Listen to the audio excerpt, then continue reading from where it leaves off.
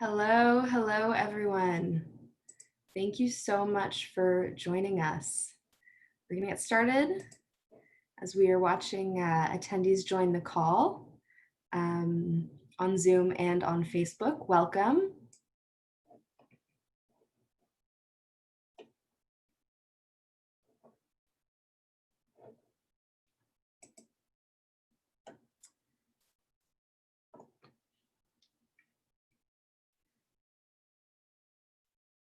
All right, thank you so much everyone for joining us today for another Girls 20 webinar. Today we're talking about graduating into COVID-19, and we're gonna be talking about employment and skills, and we have this incredible roster of speakers who are gonna be joining us today. If we haven't met before, my name is Bailey Greenspan, and I am the acting co-CEO at Girls 20. And if this is your first time getting to know Girls 20, we are a global charity based in Toronto, Canada, dedicated to advancing the full participation of young women leaders in decision-making spaces to change the status quo. I want to do a few important land acknowledgements today. In Canada, we start off events, meetings, and ceremonies by acknowledging the first peoples of this land who have survived colonialism, state-sponsored violence, and more, and yet are continued to be incredible people and have flourishing communities that make up the incredible social justice work that we do across this land. And this is also an auspicious month because June is Indigenous Peoples Month, which is a great time to learn about Indigenous languages, history, culture. I am currently in Toronto, or Toronto, which is a traditional meeting place of many nations and many newcomers. I also want to acknowledge the week that we have had as people who care deeply about one another and care about progress and justice. This week, we've all had to confront how real anti-Black racism is in every city and town in North America. At Girls 20, from working with amazing young women, we know that anti-Black racism is actually global. And we stand in solidarity with Black communities and Indigenous communities who are in mourning this week. If you've decided to join this call, we're so grateful to have you. If you're watching this later on, we are sending you our love and our strength. We're also standing in solidarity with all those communities who are really triggered by the violence this week, our Muslim and hijabi sisters, our queer and trans friends, and many, many more groups of marginalized people who have faced violence. To honor Black Lives Matter today, we have decided not to post about our webinar on social media. So if you choose to, we invite you to. Girls 20 is taking a step back. We're taking the approach of muted and listening, and we will be sharing a recording of this webinar next week. Now, a few small housekeeping things. If you're joining us through the webinar, please take a minute to locate the Q&A function. And as we get deep into this conversation, please share your questions there in that space. And if possible, please direct your question to a specific speaker. That will help us be more specific in the Q&A and get to the meat and bones of the issues that we want to discuss. So we'll have a discussion and then we'll start the Q&A at around 10:40, 10:45. If you're joining us from Facebook, you can post your questions in the comments thread on Facebook, and a member of our team will make sure that I see them. And finally, before we get started, I just really want to thank the Girls 20 team, many of whom are sort of on the back end of this call right now, making it all happen. This has been certainly a really difficult 3 months for everyone while we've been home, and an especially hard week. And we have a team that is so invested in the work and so invested in young women around the world that despite the heaviness and the pain and the hardship, they have worked so hard this week and every week. So I just want to give them a huge shout out, and you can feel free in the chat to give them a thank you as well. All right. So today, without further ado, we have asked we have asked 6 speakers to join us.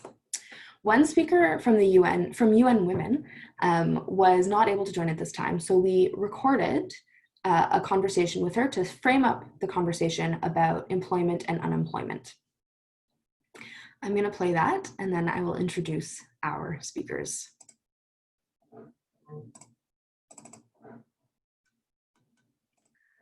Hi, Anna. Thank you for joining us. Hi, Lily. So we're joined today by Anna Falk, manager of the Empowerment Program and head of the Women's Empowerment Principal Secretariat at UN Women. And she's joining us from Sweden. So Anna, I was hoping you could give us a little bit of a high-level picture of employment and unemployment trends around the world right now since the pandemic started. Yeah, it's actually a very grim situation, worse than the at the level of the Great Depression.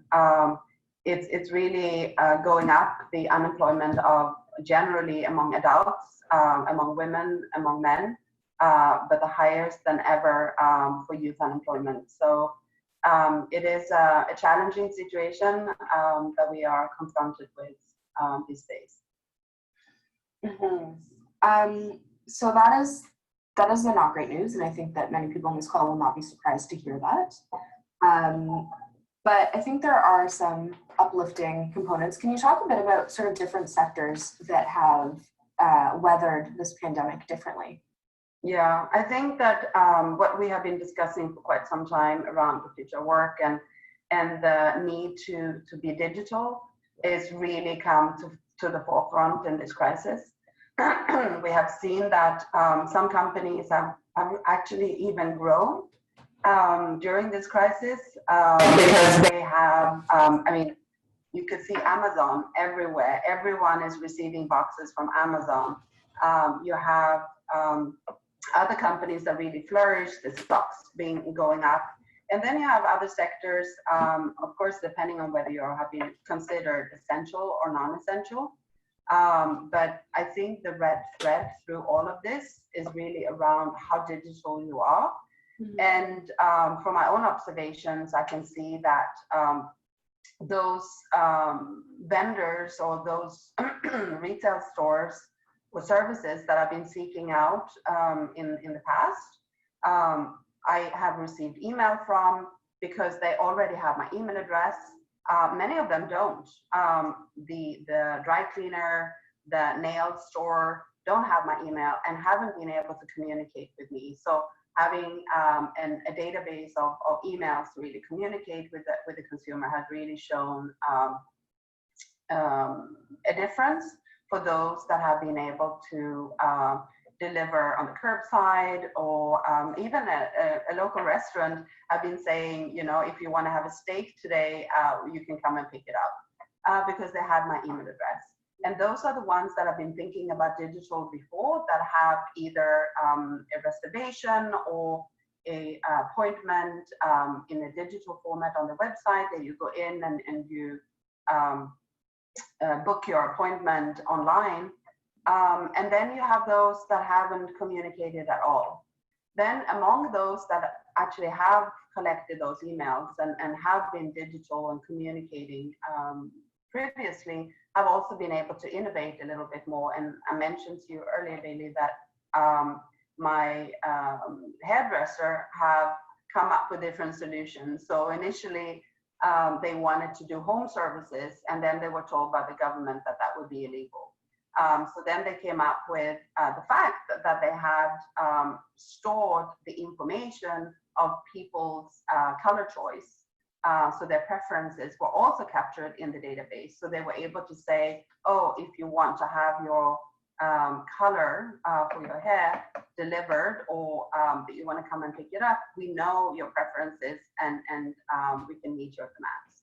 So it's really, that's a very concrete and practical example, I think. But basically what comes down to it is how much integration of the digital you have in your business, and that have been really shown to be successful. And those that haven't thought about it previously have not, one, had a chance to communicate with their customers and consumers, and haven't been able to reinvent themselves and find solutions to the situation. So that's interesting, and I think we'll talk more about throughout our panel about sort of the ability to be thinking digital and to be digital, and to offer that to companies. And I want to talk a little bit about sort of how, you know, this relates to women and young women who are getting started. There is incredible unemployment, but is there also an opportunity for entrepreneurship? Yes. So I personally believe very strongly that out of crisis comes solutions. And we've seen that from the past, that innovation comes in very difficult times, when there is poverty, when there is a crisis in general, and including my own country, Sweden, where in the beginning of the 1900s, we had, today, I mean, we are one of the richest or the more, the country with the highest level of welfare for our population. But in the beginning of the 1900s, it was a very, very poor country. We had a lot of people emigrating to the US.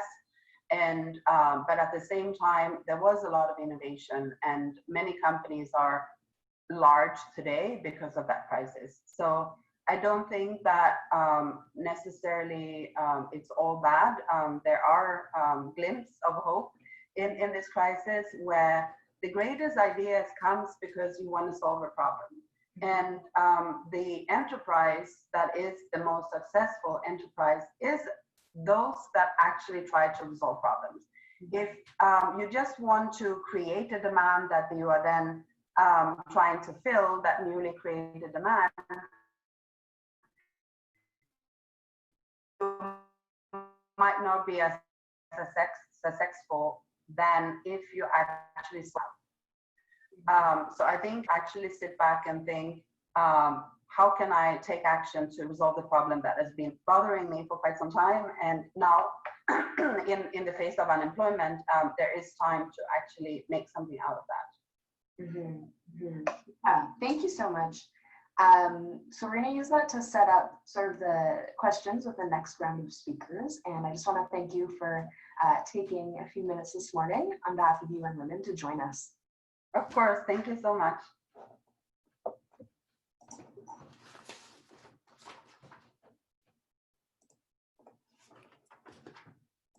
All right, this was a meeting I had earlier this morning with Anna Falth from UN Women. And I now want to invite our speakers for the panel session to turn on their videos and turn on their mics. From India and from Bain & Company, we have Sonali Misra joining us. Do you want to give her a little wave, Sonali? Hi, everyone.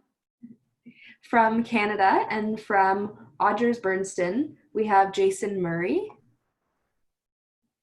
From South Africa, from Dream Girls Academy, we have Bato Motiki. There we are. From India, from Labia Foundation and also a Girls 20 ambassador, we have Risha Gupta. And finally joining us from Canada, from Springboard Policy, we have Jasmine Irwin. Hi, everyone. Thanks so much for joining us, everyone. So Anna set us up to talk a little bit about the global economy and sort of the industries that are faring better and worse. And so, Jason, I wanted to talk to you about this first. Jason, you're a recruiter. I was wondering, given that knowledge, what should young people be looking for right now when they begin job hunting, sort of in or after this pandemic? A really good question, Billy. And I do want to reinforce some of what Anna said. There really are two different types of economies here. There's a knowledge economy that can easily be digitized. And then there's a material economy that is very difficult to digitize, but we are seeing that being ramped up. So an example of a knowledge economy would be industries that you can actually get away with working from home. And then the material economy might be live entertainment, it might be retail, it might be food services as regards restaurants. And so graduates really want to be thinking, where does this particular company that I'm interested sit? Another thing that I would say is when you are putting together an application, you really want to be mindful in your application of what is going on with the world. Employers really want to see the value add you're going to be able to bring. And so you'll really want to make sure that when you are expressing yourself, you're expressing yourself in a way that's taking into account the current context. Another thing that I would say to graduates is, and it happens quite often when we're younger because we are obviously trying to learn a lot about the world. Sometimes people might have a very narrow view in terms of what their passion is and what they want to do with their life. And so they focus on that and then they forget that there's a lot of other things going on out there that might be of interest to them. So an example might be my partner, who was actually in a managerial role in the retail space. And unfortunately, based on everything going on, I'm no longer in his role, but realized that data analytics is something that he is very passionate about and is now exploring that in terms of retooling. And there will be a lot of opportunities in the data analytics realm. So I would say to graduates, think broadly, don't think too narrow. And the last thing that I would say is, and this is apropos of what Anna mentioned as well, economies do bounce back because people have to think about innovation whenever there are problems. We have seen that with the Great Depression. A lot of innovations that came out of there, we still have today, whether it's the chocolate chip cookie, because people were home more, Monopoly, because people were playing games, Schick Razor, because people had to actually start shaving on their own and think about a great way to do so. Facebook scaled up after the 2008 recession because some of the best engineers were out of work, so they gobbled all of them up. And now it's one of the most profitable companies in the world, and it was not that way in 2008. So think big, think openly, and a lot of great things will come your way. Awesome. Thank you, Jason. The second thing that Anna talked a little bit about is the opportunity for entrepreneurship during this time. And so, Risha, I wanted to turn that over to you. When we talked about this a little earlier, you said there's two really valuable skills for young people right now, negotiating and entrepreneurship. Can you talk a bit about why those two are so important? Thank you, Bailey. I think, thank you for the question. I think young people today, everyone, but especially young people, are facing so much uncertainty. And I think that is the prerequisite for entrepreneurship. I think entrepreneurship means to have the skills and the ability to deal with uncertainty. And as Anna very correctly said, and Jason reiterated, that we really need to find what are the opportunities in all the challenges that lie in front of us. I think what young people can do to nurture the entrepreneur inside them today is truly understand what strength of theirs is helping them cope with this uncertainty. What is that one ability in them that is helping them understand who they are right now, that is helping them thrive in all of these challenges, and build on that strength. I think there is immense beauty in access to internet. And I think we can learn anything and build on any strength today almost for free. And I think young people need to use that as a community. Just adding to that, I think, yes, we are disproportionately impacted by this pandemic as a community of young people. But I think we are also a generation who have dealt with the dynamics of the market. Things have changed so much from when we were children to where we are right now. And I think we have the instinct of agility. We have the instinct to really pivot and understand what we can do depending on the situation. I think while we're negotiating right now, a lot of young people are out there trying to find placements, trying to find jobs, to really sit with your employer or even a funder if you're an entrepreneur already, and truly understand what can you do with your strengths, with your ability, what can you change, and what problems can you solve for that community, for the funder or for the enterprise, and for employers. Because to be very honest, a lot of problems that enterprises are facing today may not be solved by maybe the most experienced employees that they already have. Maybe young people have the perspective because they're experiencing it right now to solve those problems. I think just rounding that up, lastly, I would like to say that I think this situation and this pandemic and this crisis has really taught us that getting marks and being good at math and science is actually only going to get us this far. I think it is truly our social emotional ability, the skills that we have as people to cope up with the situation and to build a community, which is going to get us through this pandemic as a group of young people. Thank you. Yeah, thank you. I think we're going to come back to that because you left a bunch of interesting threads open, but actually, I think that's a really interesting place to bring in Bato. So Arisha said, you know, math and science skills will get us so far. And I think that's interesting um, because Bato, I just want to make sure you can hear me. Are you able to hear me? Because you appear to be frozen.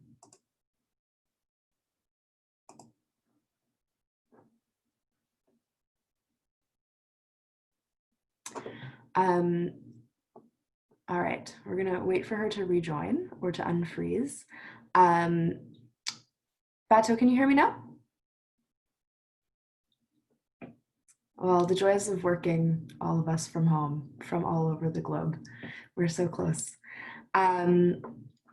So what I wanted to bring up is something that that is a bit of challenging a myth. I think many of us hear that STEM is, you know, the one opportunity for the future of work, and you have to have a background in STEM. And there's a fear that women will be left behind if they're left behind in STEM. I think there's a few myths to that. Jason, maybe I'll take this question back to you for a second. What kind of technology jobs are you seeing for people who don't have that kind of background?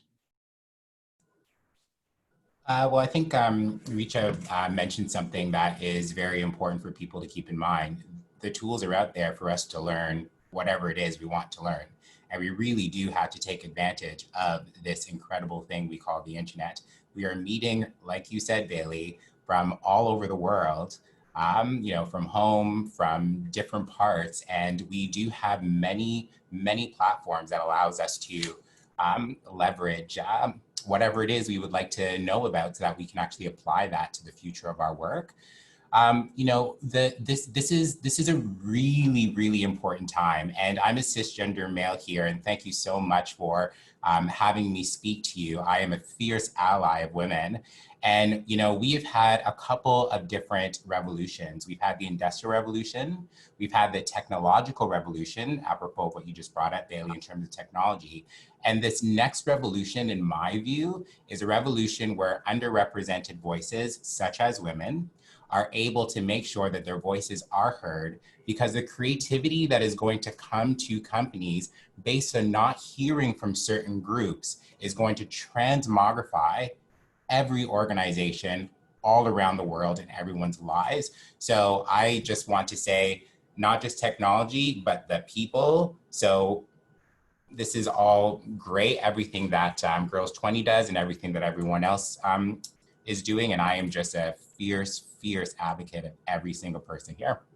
So I kind of divulged, I went away from your question and went on a little bit of a tangent, but there you go. Well, you found the right community of people. Bato, glad we have you back. I wanted to ask you, Bato, about a bit about STEM. But what kind of skills do you think people who don't have a background in STEM can bring to those industries? Thanks, Bailey. I think one misconception that we really need to demystify is that technology equals STEM, because you don't have to have a background in STEM in order to have a career in technology, right? But I think what this pandemic and really what everything's done here is that it's allowed us, it's actually brought the fourth industrial revolution, almost pushed it forward for us. The fourth industrial revolution was always something that people thought about it being in the future and never something that was so close, right? And now it's brought it back home. And so for me, I would say that a lot of young people need to start looking at how they can integrate technology or STEM into their current careers. You don't have to do a complete turnaround in order to have a career right now. Mm-hmm. And so I think for us, it's just how do you then find a way to integrate technology into your current career? And not all careers need STEM, and not all careers will be replaced by automation. Careers like education, business, accounting, nursing, law, marketing, journalism will still exist. You know, they're just integrating technology into it. Bailey, can you still hear me? Yes, we can hear you. Yeah, thanks, Bato. And I just want to get, I want to get a bit into the brass tacks. Like, let's talk about what some of these jobs are. What are these job titles? What can people be looking for that are jobs that are going to be in technology that maybe are supported by an arts background or or a, you know, a care or social work background? Yeah. For instance, cybersecurity. So PwC, I was doing a lot of research around this, and PwC says that close to half of their cybersecurity team has no background in STEM or technology. And in fact, one lady who I spoke to over there said that her background is in history and politics. And so, but she works in a cybersecurity team. And what we need to see from this is that every single team has to be diverse and needs a diverse skill set.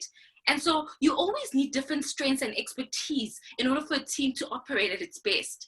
So you don't necessarily all have to come from a STEM or technology background in order to thrive in a particular career. But we've seen this come out a lot, even in technology. In technology itself, Microsoft also says this, that up to 70% of the people that they employ within Microsoft don't have a STEM background. And so this just goes to show that it's really about how you can work on your critical skills in order to penetrate any career field, right? And right now, more than ever, critical skills have shown really that it's very important to have critical skills. If you have the right skills to thrive in a career and the right attitude, you can really get into any career. And that's what I love about technology, that it really encompasses, and it's a common thread that runs through every single career. And I think what my young people can do right now during COVID is really take advantage of all the free courses that are going around online, right? Jason actually mentioned that a partner had gone into a career switch over this time, and they're thinking about going into data analytics. There are a lot of free courses that are available online at this present time.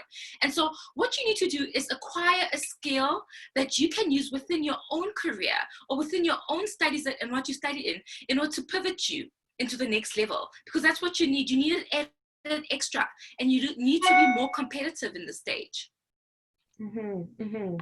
So I love that. I think there's a few really clear takeaways from that. One is to be looking in industries that maybe you don't think you're qualified, because it sounds like that, you know, the most innovative companies, the ones that are going to survive, are looking for all kinds of backgrounds. And two, it also sounds like, you know, the critical thinking and the social skills can be complemented by some hard skills that you can learn online through free courses, and that sort of makes a very competitive employee. Sonali, I wanted to ask you a question as someone who works in HR and is responsible for hiring at Bain. We hear a lot about the value of social skills to the employer, but how can applicants, whether they're submitting a resume or they're in an interview, how can they actually position themselves to demonstrate that they have these soft skills or these essential skills? Yeah, that's a great question, Bailey. So first off, I just want to tell everyone who's attending that, we all acknowledge it's a tough time, and it's tough if you're, graduating at this time out in the job market. It is challenging. So let's just acknowledge that up front. At the same time, before I get into the soft skills part, I want to echo what Jason said, which is that, let's make the best use of the internet. There are so many courses and programs available online today that upskilling is easier than it has ever been. And, given that we're all living online and living virtually, let's, maximize that. Now, coming to your question, and why I specifically wanted to talk about soft skills is, the hard skills are there. You acquire them, you're educated for them, you take a professional course and you have them. But oftentimes, the differentiator when you're looking at two candidates is really, how the soft skills align with the culture of the organization that you're, that you're interviewing with. So, if I think about the first point of communication with the employer, which is your resume, I think there is this part which I really like to see. It's not very common, but if I see a lot of, say, things like problem solving, if I see the resume, showing agility, showing team spirit, I've been part of team sports, I'm a part of a drama club, it's just things that I know where it's not only about my achievements, but it's more broad. And therefore then, I know that this person is going to be able to be an effective part of a team and not only an individual contributor. So I would say, use examples, whether it is from your education, from the clubs you're part of, from sports that you like to play, or volunteer work that you've done, which will really, help to highlight and differentiate your soft skills, what you bring to the table in addition to your academic qualifications. That's one. And the second really is, when you're sitting in for an interview, we love to kind of see and have you talk about various, important skills, three skills really right now that come to my mind. For example, EQ, right? At this time, having a high emotional quotient is really, really important, because this is not about one person. As a community, as just the entire, world, we're going through this crisis together. So I would really like to see people show me how they have displayed EQ, in the various opportunities they've got, whether it is, through the support that they're providing to the community, whether it is just, leadership skills they've shown in a team sport, anything like that. The second one would really be cognitive flexibility, the ability to think differently. I mean, there really is no rule book anymore. It went out of the window. We didn't have time to prepare for this pandemic. Everyone's just kind of thinking of things, on the fly. So what I'd really like to see is, can you think differently? Can you show me an example or talk to me about an example where there was a situation which, you handled in a way that probably someone else would not have thought of, right? And essentially, when we're interviewing people, culture fit is a really important part of the interview. I mean, you may have brilliant skills, but if I talk about Bain, if I hear too much of I, me, myself in the interview, and I really don't get a sense of, how you're part of the community, how you're contributing to the community at large.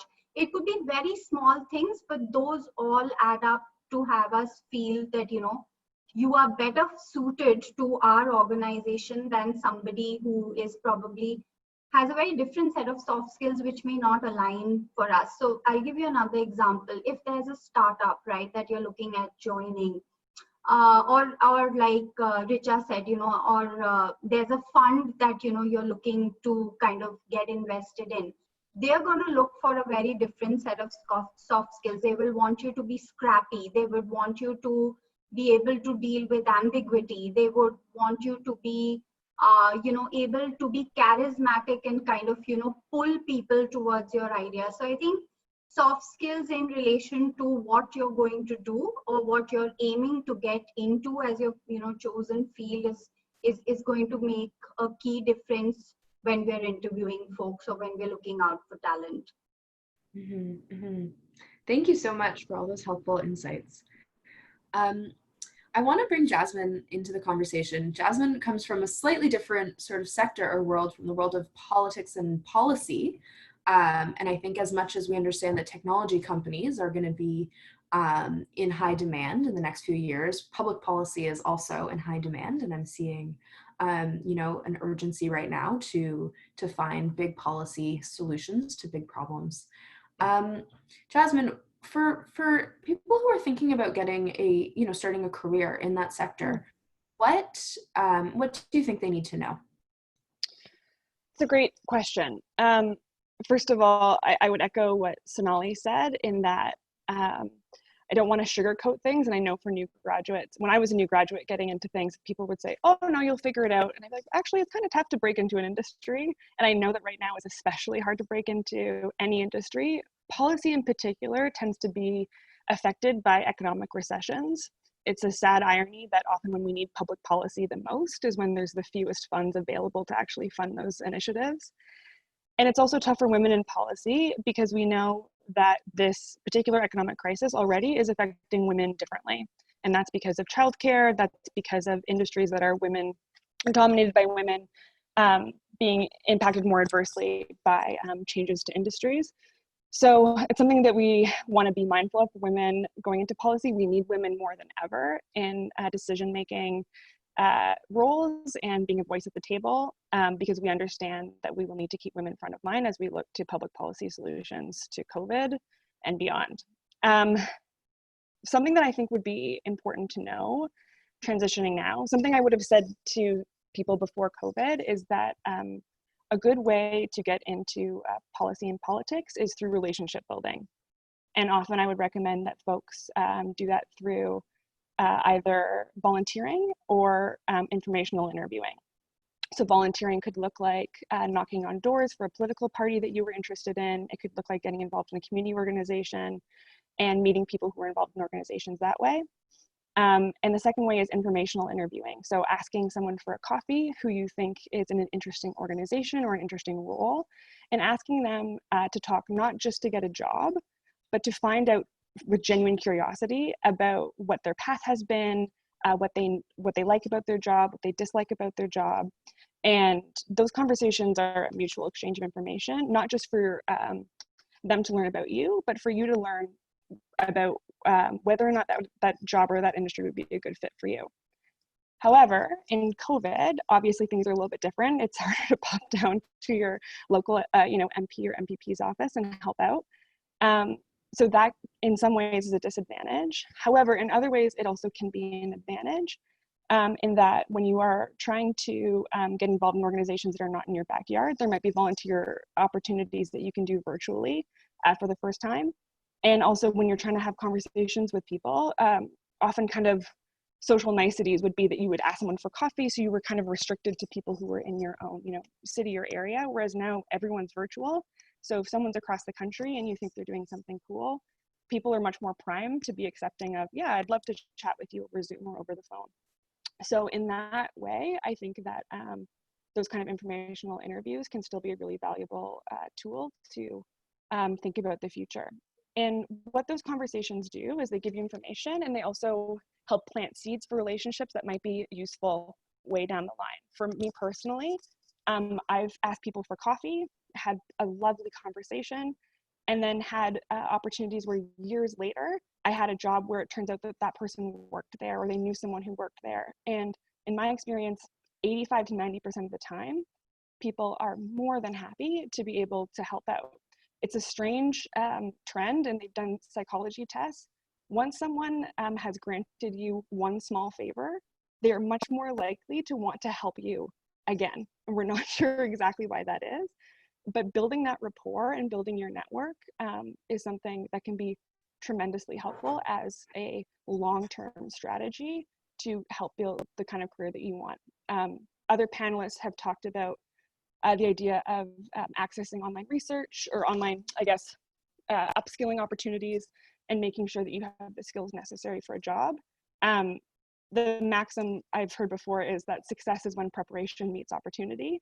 That's a really good way to be prepared and to work on your preparation. Relationship building is a really good way to build the opportunity piece and to keep your ear to the ground about what might be available, and to make sure that you have knowledge of what you could take advantage of. Jasmine, that's awesome. Hey, it's Bailey and I'm still here, but just having a bit of an unstable internet connection.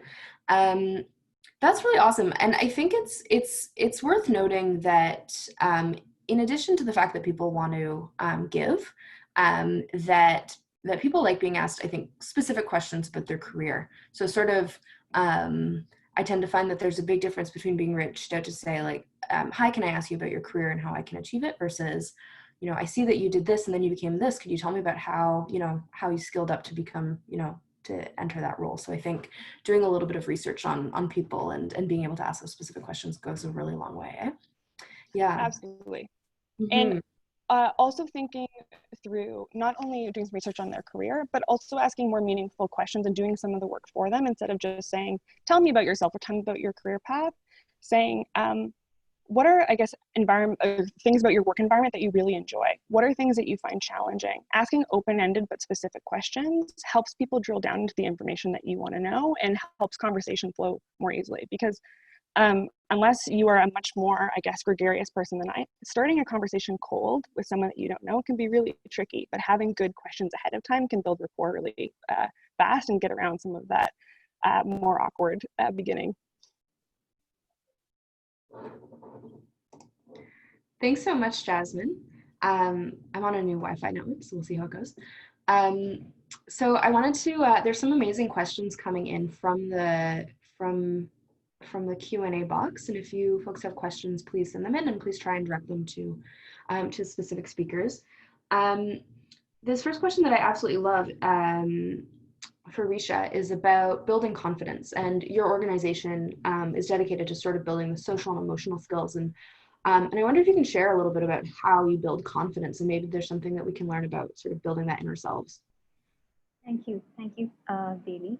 So just a little background about what we do. I run a Delhi-based nonprofit here in India. Essentially, we partner with governments and help them design and implement a daily social and emotional learning class for children in government schools at scale. Essentially, what that looks like is, we build the capacity of public education systems in different states in India, where teachers themselves can start creating safe spaces through a dedicated 30-minute classroom for children in there from grades nursery to 8th.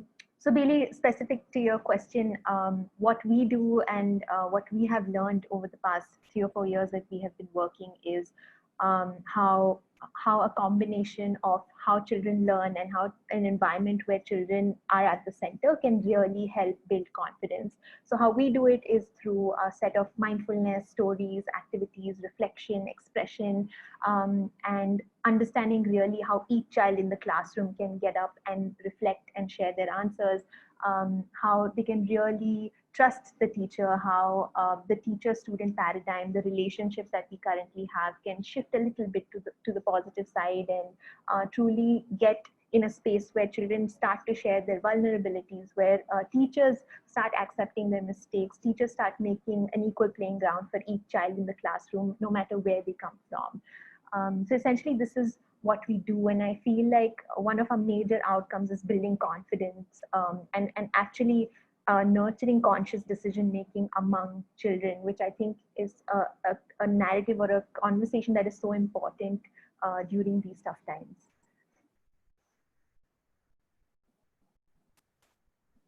That's fantastic. Thank you. Sonali, I also want to know if you have sort of a different perspective on the same question about sort of building confidence among employees and being able to recognize that. No, I kind of echo what Richa meant, what she shared. I think it's a lot to do with how you kind of see yourself, how you can kind of relate to the broader narrative, what strengths you bring, to the table. And I really liked, and I am a strong promoter of what Richa mentioned, which is, doing this through stories, through, through mindfulness exercises, and just, I think it's also about putting making the fact that this is a challenge worldwide, this COVID situation, just externalizing it, right? This is not about you. And I think that's really important for everyone, going out to find a job and not able to, get what they want. In this particular time, it's very important to kind of remind yourself again about what you bring to the table, and what you can't control is something you have to leave. And you also need to be immensely resilient, because you need to go on. You can't give up, and there will be something that will crack. It'll take time. It may be longer than you had planned for, but there are still a number of firms that are hiring, and slowly that's going to increase, whether it's more of digital roles, whether there are roles where people are more comfortable because the people can work from home.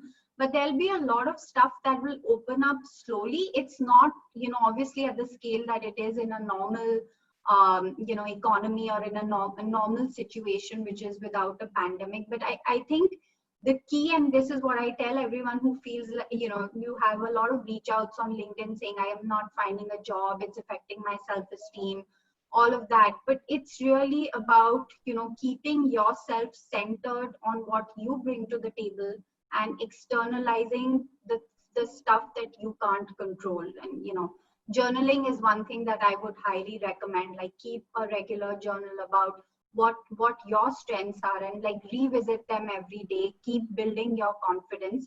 It's easier said than done, but it's something that if you invest in, we can definitely do. Yeah, I think that's such an important point about just sort of how to build your or how to maintain your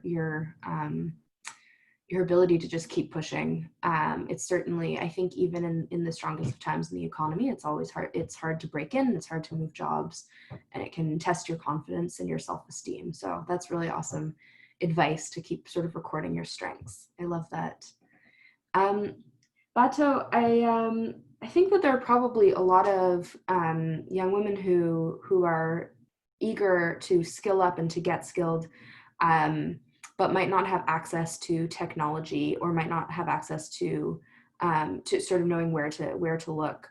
From your perspective and the perspective of Dream Girls Academy, what advice would you give them? So what's been happening now around COVID, and I know globally, even in South Africa, is that a lot of the sites that are resource sites, or where you can learn for free, or free e-learning sites, have been zero rated. And so, which means that you get charged nothing for logging onto these sites and learning.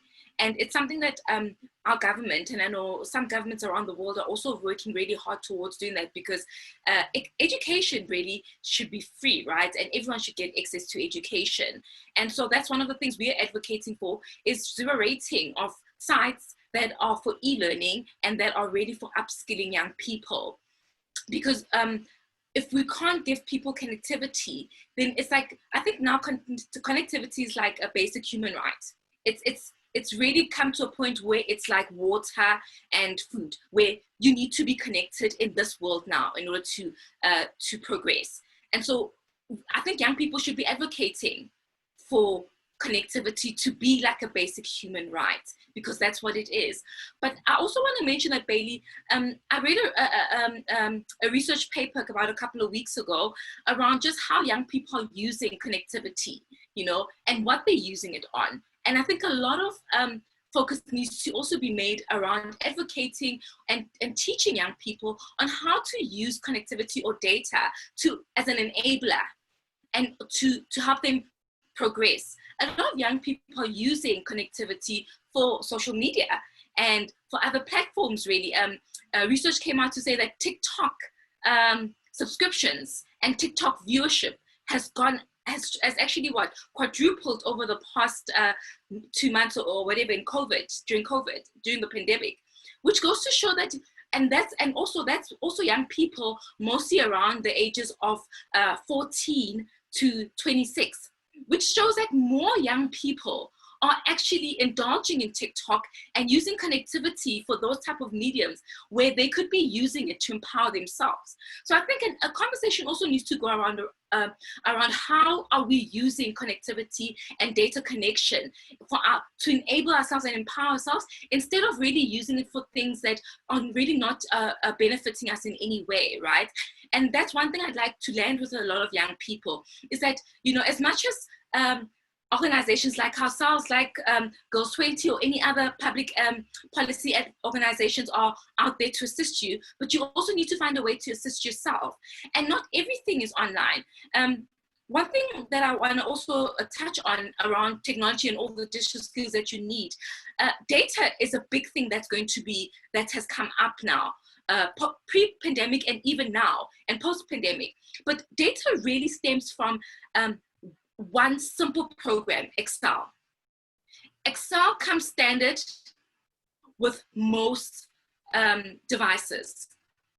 And so if you don't have connectivity, you could still up your skills by really starting to learn how Excel works. and how you can use it to better yourself. Because really, data management is all about Excel. And the better you get at it, that means you've acquired another skill. Yeah, I would just like to co-sign onto that, Bato. I think, especially if you're looking to work in the nonprofit sector or in policy, having an understanding of Excel, both sort of from like data and data management, is something that people underestimate. And when someone has it, it makes a huge difference on your team and to the work. So that's a really awesome suggestion for people who are challenged with connectivity. And I think the other sort of great point around sort of TikTok and the ability to, I think, speak to an audience is that this is also an opportunity or a time to build your own platform. I think many of you on this call have built your own platforms and built opportunities for yourselves that way. And so I think young people who really know how to harness TikTok or have a lot to say and are great writers or have a skill that they want to teach others can use this time to be building their platform and creating their own opportunities that during a recession are more necessity than previously. This is a really great question that just came in that I'll direct to Jason and also Sonali. It's around the recruitment process, and I think it's fair to say that companies are swamped. They don't necessarily know what's going to happen in a month. They might not be able to respond. They're of course also moving virtual. How is the recruitment process going to change over the next year? And are there kind of insights that we can get to prepare ourselves for that? Yeah, do you want to start, Cindy? No, you go ahead. No problem. This is it's a big question. It's a huge question. From the perspective of the work that we do as recruiters, it's changing in many ways. We are getting inundated, I would say, for sure, with many people who are interested in applying for jobs. We have an interim practice that tries to hire people really, really quickly. And one thing that they've been doing is they've been doing group sessions, not just one-on-one, but similar to this forum where they will probably have 20 people coming onto a Zoom all at the same time, selling themselves and essentially trying to do those virtual meet and greets. And we are really trying to make sure that we know about as many people as possible so that we can actually help them, but then also help clients. It's changing in terms of interviewing virtually. And what does that mean in terms of the candidate? You really have to be able to make a client feel like you are in the same room with them over video, because we do have clients that are hiring people without ever seeing them in person. This is a world where people are going to have to be able to be strong leaders remotely. The work that I do is hiring people at the executive level. How do you make sure that there's productivity on your team when you're not with them every day for months?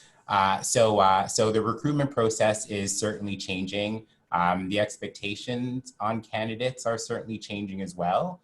Those are but a few examples. I don't know if you want to jump in with anything, Sonali. Yeah, so I'll chime in from the organization's perspective. So the one thing that we're seeing change is that you need a bit more interactions virtually than you would when you met the person face to face.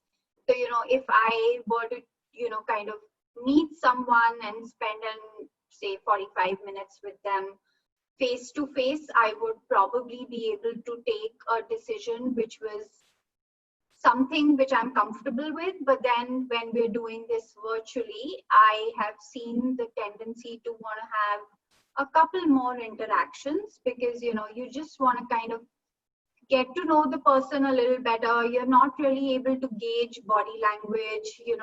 There may be things where there's an initial discomfort at both sides to kind of bring their best selves to the table, and I feel like you need to kind of build some more flexibility into the recruiting process to account for the fact that it is now virtual.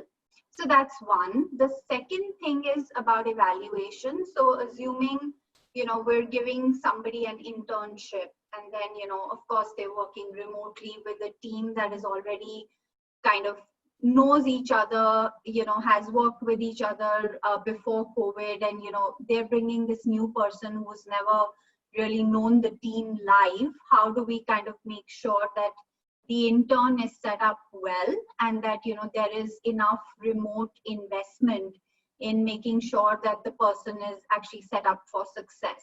And that also involves, some rewiring of how we think of evaluating people, because there may be some skills that you don't see when you're not with someone live, right? And so kind of, making sure that the people who interview candidates are adequately prepared to kind of, account for those changes and build that flexibility. So that's, that's what I see changing. It takes a little more time, definitely. You won't really make your mind up with one interaction that you would probably when we were meeting live. So that's how, that's what I see change. But for the rest, I echo what Jason said. Mm-hmm. Mm-hmm. Thank you. Bato, I saw you marked on the Q&A that there was a question you wanted to answer. Did you? No? Yes. Do you want to go ahead and answer that question? I now can't see. Yeah, so it was a question around, because Jasmine and myself were talking about STEM and public policy, and someone highlighted just the need for basic human skills like leadership skills, and also bearing in mind that most of the audience today are young graduates, right? And I wanted to echo on that technology is in no way going to replace the human element.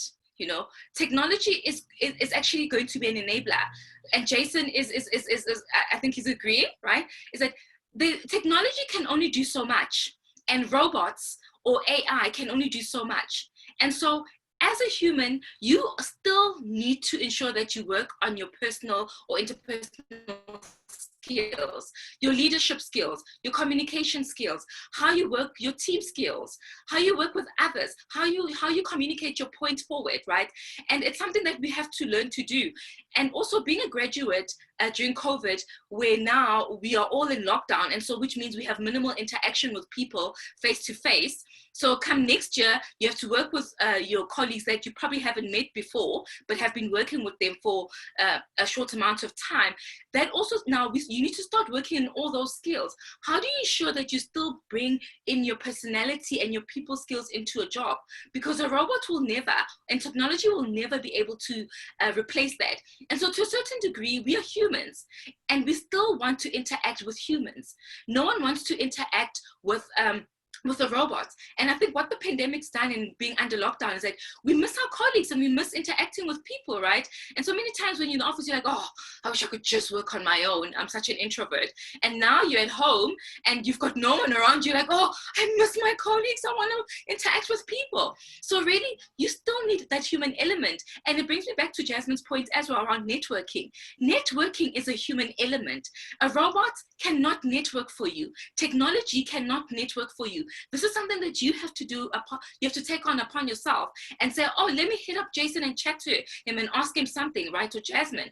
But it's really something that a robot can't do. So you need to really go back and look at your strengths and look at what are the human elements that you possess that you can harness and work on, so that when you go back into the real world, or when we all go back into the real world, you're able to shine in that way.